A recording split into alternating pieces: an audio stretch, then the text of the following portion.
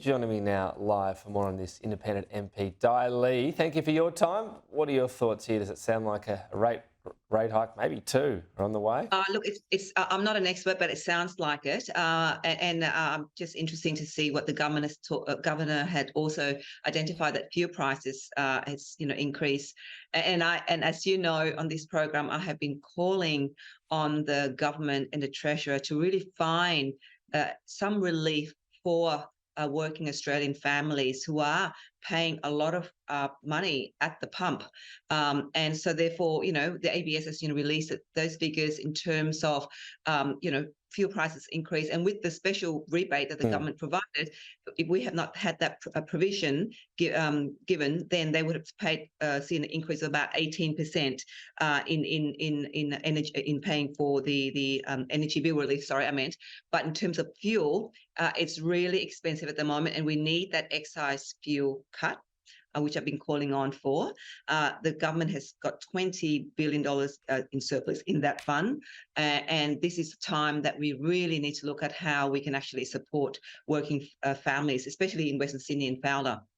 We drive cars out here using petrol. We don't have many on electric vehicles, unfortunately. So therefore, that is very important. Rent has also increased as well, according to this ABS latest release. And that is, the Commonwealth Rent Assistance is helping those who are on benefits, but the working Australian families do not get those benefits. So therefore, they are, seeing the rent increase. And with the prediction of Mm. this increase in interest rate, people, oh my gosh, this is going to be, it's going to be a killer. We still yet to see the 13, the impact of the 13 interest rate rises over the last 12 months. If this is going to happen, it's going to really hit people's pocket. And Christmas is just around the corner as well. This is going to be really tremendously difficult and struggling for families to put food on the table here in Western Sydney, from my perspective. So on the fuel excise, I mean, I guess the case is pretty similar to the last time. The war's happening, the price is spiking. Would it be right again to do something short term? It has to have an end date because it's going to cost billions of dollars, but something Absolutely. short term the government could announce and a Absolutely. They've similar always amount, what, said 40 it's a cents, 30 short. cents? Yes, absolutely. I've always said it's a short-term relief because we are now at a period whereby it's just economically challenging for working Australian families. And from my perspective, it's a short-term relief, like the previous government gave that short-term relief. Okay. Uh, so the money has, the price has gone up prior to the war, and now I think you'll see more of that with the war happening in the Middle East. Mm. Yeah, well, certainly an argument for a similar situation. It was the coalition that did it last time, so Labor hasn't done it before, but I'll put Labor that for the to a guest or two on the program. Yeah, Labor is supposed to be more compassionate for working Mm. Australian families, right? So surely it's a short-term Okay. relief. You really have to think about it. Housing's a big one. Now, I want to ask you in this sort of prism, it's the issue at the moment is twofold. There's a supply thing, but also immigration. Obviously, your electorate is a big migrant community. You're a bit of a poster child for immigration, a success story, obviously. Are you worried that if we don't address the housing shortage, that there'll become more of a conversation, more Australians in the suburbs with an unease around our migration numbers, both permanent but also temporary? Look, I think immigration and housing has to be addressed both. I understand the need for, the workforce shortages here, and I understand that there's a need to bring those skilled workers in. However, my argument has been that we do have those talent here in Australia, in particular in my Fowler electorate, and the many migrants and many people that are still on asylum seekers who are professional, who've got qualification, but they're not recognised in Australia. And how is the government has to do something to recognise, first of all, those asylum seekers who are on those visas.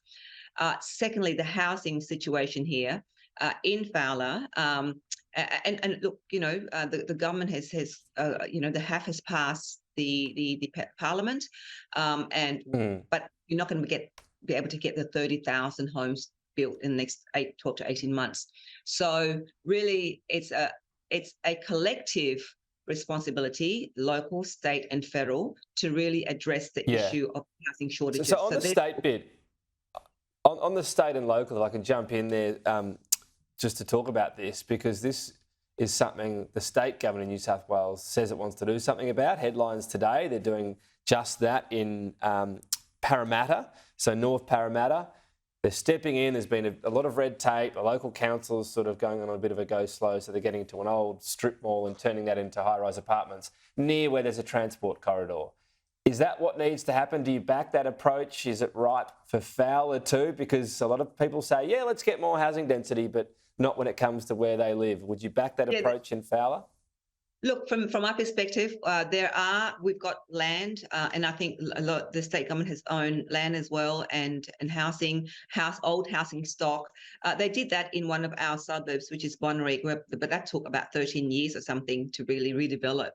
But I think that's more. It's not high density, but it's more like there's a lot of townhouses. Oh yeah. But whether it be medium or high, you can have medium density. You don't have to have high density. But I think it's about identifying land and identifying those old stock and how it can be redeveloped in a way that fits into the landscape of the environment. So, I mean, I know that in Parramatta, oh my God, the traffic congestion there is a nightmare because of the overdevelopment of high rises so close together without proper planning. So planning has to really take into consideration how do we increase housing stock, because that's needed, definitely.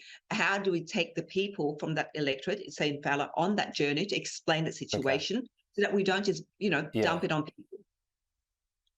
Yeah, it strikes me that really good livable projects, townhouses where a family would actually want to live in rather than what feel a bit like glorified apartments to me, some of these projects. We've got options of medium density, Tom, and I think it's about thinking creatively how we can address shortages of housing.